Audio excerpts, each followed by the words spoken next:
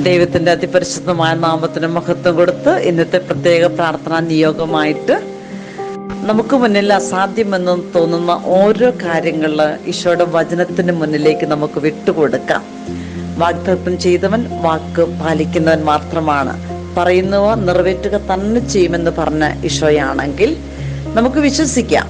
നമ്മുടെ മുന്നിൽ അസാധ്യമെന്ന് തോന്നുന്ന ഓരോ കാര്യങ്ങൾ ജോബിന്റെ പുസ്തകം 42:2 നമ്മൾ വായിക്കുന്നുണ്ട്. ജോബ് പ്രാർത്ഥിക്കുന്ന ഒരു പ്രാർത്ഥനയാണ്, ദൈവമേ അങ്ങേക്ക് അസാധ്യമായിട്ടൊന്നുമില്ല എന്നും അങ്ങയുടെ യാതൊരു ഉദ്ദേശത്തെ ആർക്കും തടസ്സപ്പെടുത്തുവാൻ പറ്റുകയില്ല എന്നും ഞാൻ അറിയുന്നു.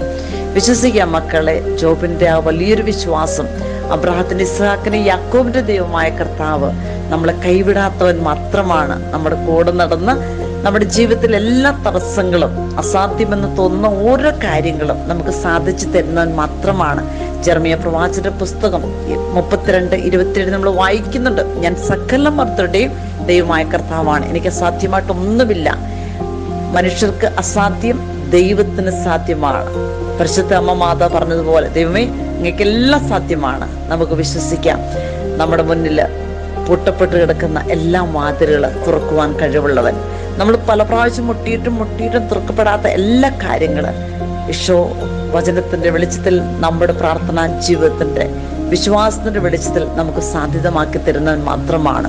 പരിശുദ്ധ അമ്മയുടെ വിമല ഹൃദയത്തിലേക്ക്, ഈശോയുടെ തിരുഹൃദയത്തിലേക്ക്, സുപിതാവിന്റെ കരങ്ങളിലേക്ക്, തൃത്വ കൂട്ടായ്മയിലേക്ക് സകല വിശുദ്ധരോട് ചേർന്ന്, കവൽ മാലാഖമാരോട് ചേർന്ന്, ലോകമെമ്പാടും അർപ്പിച്ചുകൊണ്ടിരിക്കുന്ന എല്ലാ പ്രാർത്ഥന കൂട്ടായ്മയോട് ചേർത്ത് നമുക്ക് സമർപ്പിക്കാം. നമുക്ക് എല്ലാവർക്കും ദൈവമായ കർത്താവിന്റെ വലിയ അനുഗ്രഹവും കൃപയും ഐശ്വര്യം ആരോഗ്യം കൃപയും തന്ന് അനുഗ്രഹിക്കട്ടെ എന്ന് നമുക്ക് പ്രാർത്ഥിക്കാം.